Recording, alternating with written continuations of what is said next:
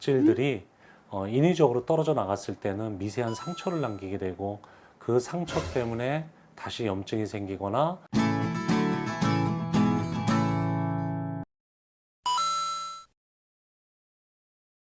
우리가 일반적으로 이제 온라인상에서 검색을 해보다 보면 아토피에 좋은 성분들이 상당히 많아요.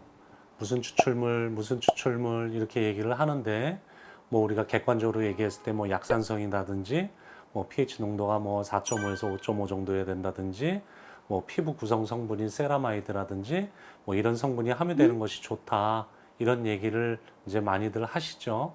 근데 거기에 덧붙여서 사실은 아토피 치료용 보습제에 가장 중요한 거는 보습력이거든요. 그런데 이런 보습제에 너무 많은 추출물들이 들어가다 보면 일반인들한테는 그 성분들이 다 유용하고 효과적인 성분일 수 있는데 간혹 아토피나 알러지를 가지고 있는 사람들, 피부 자극성, 뭐 피부가 민감하거나 아니면 접촉성 피부염을 가지고 있는 사람들에게는 오히려 그런 성분들이 알러지를 일으킬 수 있다라는 거죠. 실제 저희가 진료실이나 이렇게 환자분들하고 이야기를 나눠보다 보면 그런 로션만 바꿔도 증상이 좀 많이 진정되는 분들이 있어요. 그렇다 보니까 제가 환자분들한테 말씀을 드릴 때는 가능한 추출물들이 너무 많이 들어가지 않은 보습제의 기본에 충실한 그런 보습제 정도면 괜찮지 않을까. 물론 당연히 알러지를 일으키는 어떤 방부제라든지 색소라든지 향이라든지 이런 것들은 제거가 돼야 되겠죠. 이제 그런 보습제가 좋지 않을까. 저는 개인적으로 그렇게 생각을 하는 편입니다. 보습제를 사용했을 때 간혹 따갑다거나 가렵다거나 이렇게 얘기하시는 분들이 있거든요. 근데 만약에 그분이 사용하시는 보습제가 정말로 좀 너무 향이나 뭐 색이나 이런 게 너무 강하다거나 뭐 어떤 특정 성분들이 너무 많이 들어있거나 이래서 따갑거나 가려운 게 아니라면 대부분의 경우에는 피부 상태가 좋지 않기 때문에 그런 거예요. 이제 그런 분들은 실제적으로 샤워하러 들어가서 물만 닿아도 따갑다 그러거든요.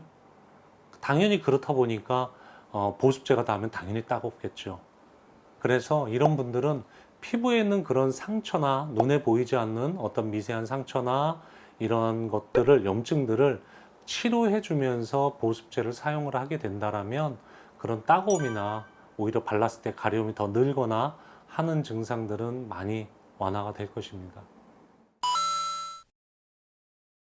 일반적으로 얘기를 하면 보습제는 피부가 건조할 때 사용하는 게 가장 좋죠. 그래서 한 번에 다량을 사용하는 것보다 적당량을 자주 수시로 사용하는 것이 좋고요.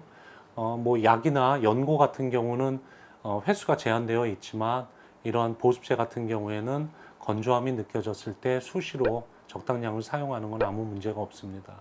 그리고 교과서적으로 얘기했을 때는 샤워 후에 물기가 완전히 사라지기 전에 3분 이내에 보습을 해주면 가장 효과적이라고 되어 있습니다.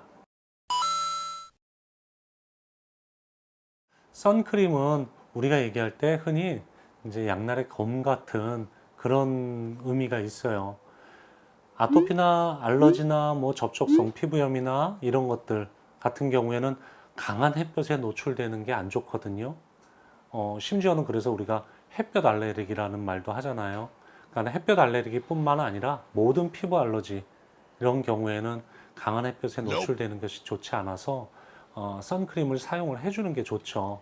근데 이 선크림의 성분도 결국에는 이제 좀 화학적인 성분들이 들어가다 보니까 선크림을 사용했을 때 너무 차단 지수가 높거나 그랬을 때는 오히려 선크림 때문에 접촉성 피부염을 일으키기도 해요. 그렇기 때문에 선크림을 사용해 주는 것은 좋으나 본인의 피부에 자극이 되지 않는 제품을 사용해 보고 선택을 하는 것이 굉장히 중요할 것 같아요.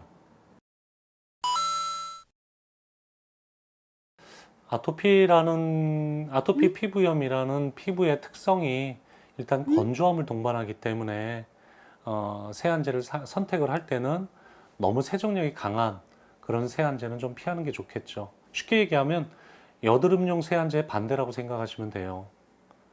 그런데 요즘에는 얼굴에 젊은 사람들이나 젊은 분들이나 어떤 청소년들이나 이런 분들을 보면 아토피와 여드름을 같이 가지고 있는 복합성 피부들이 상당히 많아요. 그렇기 때문에 아토피 피부염이 있을 경우에는 너무 세정력이 강하지 않은 선에서 본인에게 맞는 것을 선택하는 것이 가장 좋을 것 같습니다.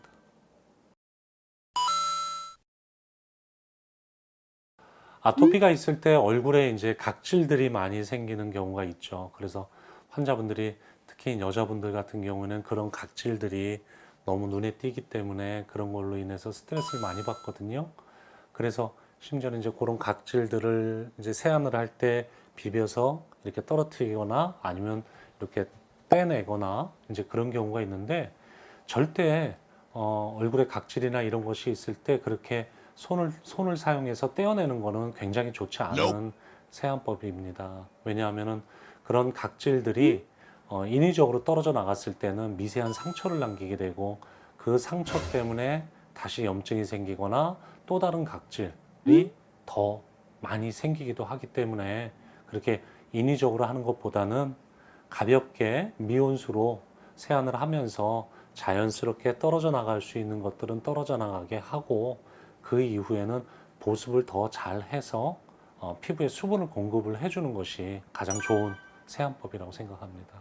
세안을 하고 나서 얼굴이 너무 건조해지거나 당기기 때문에 세안을 잘 하지 않는 경우들이 있는데 요즘에는 이제 미세먼지나 어떤 햇볕이나 땀이나 이런 것들이 있기 때문에 세안은 반드시 자기 전에나 이럴 때 세안을 해서 미온수로 세안을 해서 노폐물을 씻어주는 것이 좋습니다.